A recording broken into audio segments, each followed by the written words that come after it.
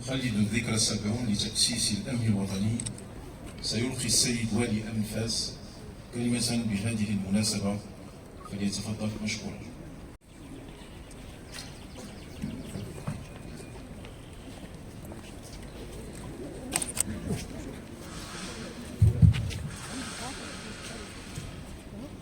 بسم الله الرحمن الرحيم، والصلاة والسلام على أشرف المرسلين. السيد والي جهة فاس مكناس، السيد عامل إقليم مولاي يعقوب، السيد رئيس جهة فاس مكناس، السيد القائد المنتدب للحامية العسكرية بفاس، السيد الرئيس الأول لمحكمة الاستئناف بفاس، السيد الوكيل العام للمحكمة الاستئناف بفاس، السادة رؤساء مختلف محاكم الاستئناف الابتدائية والوكلاء العامون ووكلاء الملك لديها، السيد المدير الجهوي لمديرية مراقبة التراب الوطني، السيد القائد الجهوي للدرك الملكي، السيد القائد الجهوي للقوات المساعدة، السيد القائد الجهوي للوقاية المدنية، السيد عمدة مدينة فاس، السادة رؤساء المصالح الخارجية، السيدات والسادة رؤساء المصالح الأمنية، السيدات والسادة ممثلي مختلف فعاليات المجتمع المدني، السيدات والسادة ممثلي وسائل الإعلام، السيدات والسادة متقاعدي الأمن الوطني، السيدات أرامل رجال الشرطة، أيها الحضور الكريم.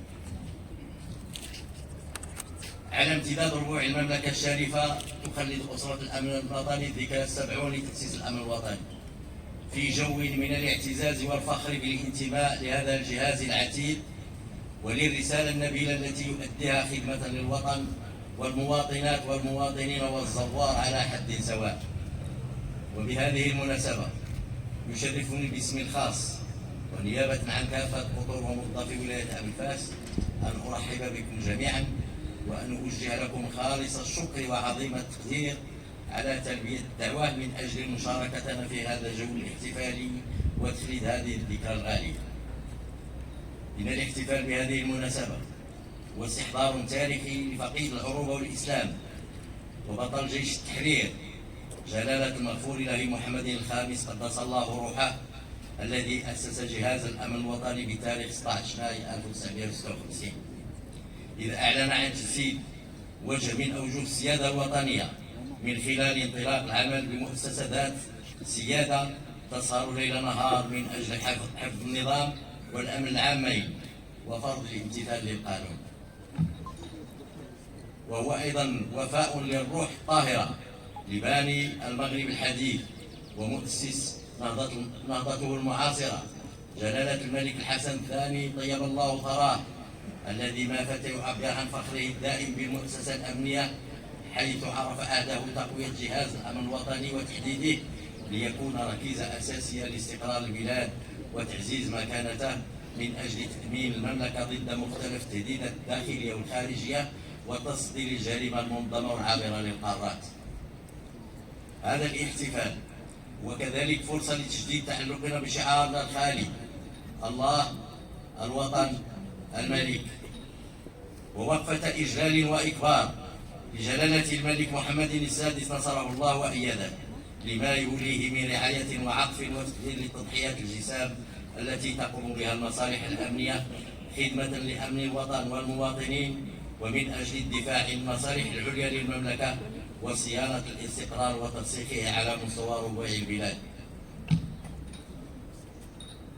السيد والي جهة فاس مكناس، أيها الحضور الكريم،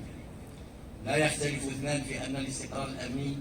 الذي تنعم به بلادنا هو ثمرة لعمل جماعي واستباق وتضافر الجهود المبذولة من طرف مختلف المصالح الأمنية وفقا للتوجيهات الملكية السامية الرامية إلى تفعيل مفهوم الحكامة الأمنية الجيدة وترسيخ مبدأ الشرطة المواطنة بالانفتاح الإيجابي على محيط المؤسسة الأمنية وإرساء جو الثقة المتبادلة والتفاعل المسؤول بين جهاز الأمن والمواطنين خدمة للصالح العام واستقرار الوطن،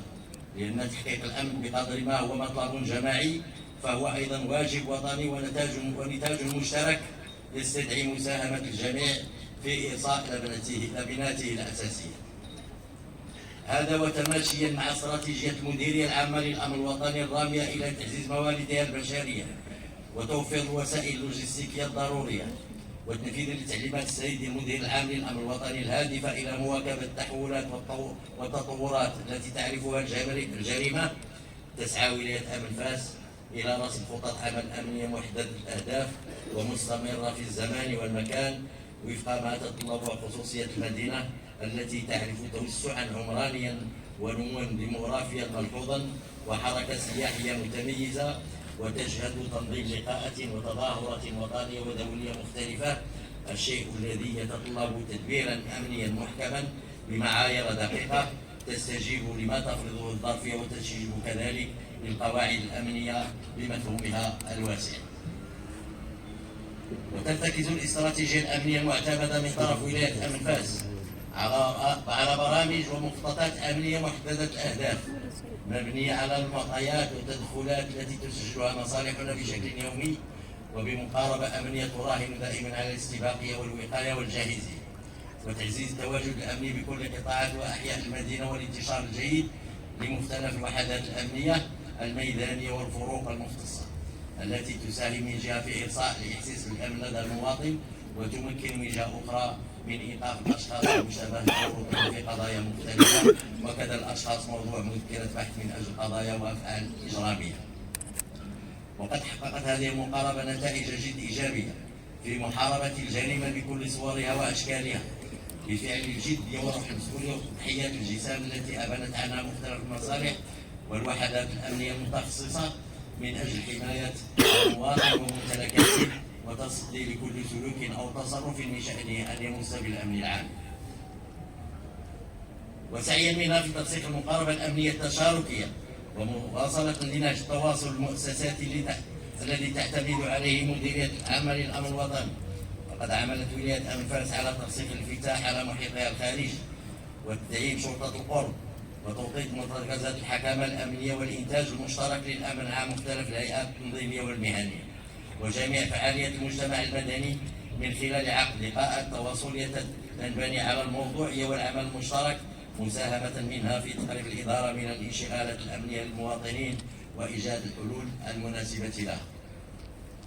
وفي نفس السياق تقوم ولاية أمن فاس التواصلية تنبني على الموضوعية والعمل المشترك مساهمة منها في تقريب الإدارة من الانشغالات الأمنية للمواطنين وإيجاد الحلول المناسبة له. وفي نفس السياق تقوم ولاية أمن فاس بالتفاعل مع مختلف الأحداث التي تهم المواطن وتثار عبر وسائل الإعلام المكتوبة والإلكترونية وذلك من خلال إصدار بلاغات تروم إبراز الجهود المبذولة في مكافحة الجريمة بكل أنواعها بما في ذلك الجريمة الإلكترونية وتقديم توضيحات ضرورية لتنوير الرأي العام حول حقيقة القضايا والحوادث الطارئة بكل موضوعية من جهة وتفنيد الشائعات غير الواقعية من جهة ثانية. كما انخرطت ولاية أمن فاس في ورش حماية حقوق الإنسان وتدعيم آلية الحماية القانونية لبعض الفئات الهشة على غرار التكفل بالنساء ضحايا العنف وحماية الأطفال القاصرين ومحاربة الاتجار في البشر وذلك تحت إشراف وبالتنسيق التام مع النيابة العامة المختصة. ونظرا لكون الأمن يعد مكونا أساسيا في ملفات احتضان المغرب لأكبر التظاهرات الرياضية والثقافية والعلمية والبيئية، فولاية أمن فاس تعمل صاهرة على وضع مخططات أمنية متكاملة من خلال إنجاز دراسات استباقية ميدانية وعملياتها لاحتياجات الأمنية الضرورية لكل تظاهرات المزمع تنظيمها بمدينة فاس من خلال بروة الرؤية الاستراتيجية والتي تروم إلى تدعيم وتفعيل بروتوكولات أمنية نظامية من أجل إنجاح تكميل التظاهرات الرياضية الكبرى والوطنية وذات البعد الدولي والقاري كتنظيم نهاية كأس إفريقيا الماضية والتي تميزت مدينة فاس خلالها بشهادة الجميع. سيد والي جهة فاس مكناس، ضيوف الأفاضل، لا يفوتني في هذا الجمع المبارك أن أغتنم هذه الفرصة لأجدد كامل شكري وتقديري للسيد والي جهة فاس مكناس عامل عملات فاس على الدعم المتواصل والمقدم لمصالح الأمنية والاستجابة لكل طلباتها والتنسيق التام مع قيادتها خدمة للصالح العام. كما أجزي جزيل الشكر والتقدير للسلطات القضائية على تطويرها وتتبعها وإشرافها اليومي على أعمال مختلف مصالح الشرطة في مجال الأبحاث والتحريات القضائية تحقيقا للعدالة الجنائية، مع ما يفرض ذلك من احترام للقانون وحسن تطبيقه وضمان تنفيذه. كما أشيد من هذا المنبر بالتنسيق والتعاون الكبير الذي يميز علاقتنا مع مختلف الأجهزة الأمنية المختلفة والقوات العمومية والنظامية، وأذكر منها بالخصوص المديرية الجهوية لمراقبة التراث الوطني والدرك الملكي والقوات المساعدة والوقاية المدنية، وذلك في إطار استراتيجية هادفة ترمي أساسا إلى تحقيق الأمن والنظام العامين وفرض الامتثال للقانون. وليفوتني بالمناسبة أن أثمن عاليا التواصل الإيجابي لمختلف فعاليات المجتمع المدني والمنابر الإعلامية مع جهاز الأمن الوطني، وهذا يجسد ثقة هذه الهيئات في المجهودات المبذولة والتضحيات التي تقدمها المصالح الأمنية ليل نهار باعتبارها مرفقا عموميا فعالا في خدمة المواطن. وبهذه المناسبة السعيدة فأسرة الأمن الوطني بفاس قيادة وأطار ومساعدين ترفع آيات الولاء والإخلاص للسدة العالية بالله جلالة الملك محمد السادس دام له النصر والتمكين، ضارعين إلى المولى عز وجل أن يحفظه بما حفظ بها الذكر الحكيم، وأن يبارك في عمره ليبقى ذخرا وملاذا لهذه الأمة ورمز عزها وأمنها واستقرارها ووحدتها، وأن يقر عينه بولي عهده صاحب السمو الملكي الأمير الجليل مولاي الحسن والأميرة الجليلة خديجة، وأن يشد أزره بسنوه السعيد صاحب السمو الملكي الأمير مولاي رشيد وكافة أفراد الأسرة الملكية الشريفة، إنه سميع مجيب. والسلام عليكم ورحمة الله تعالى وبركاته. السلام عليكم. مرحبا بكم بعد في ذكرى ديال تأسيس الأمن الوطني، ذكرى 70.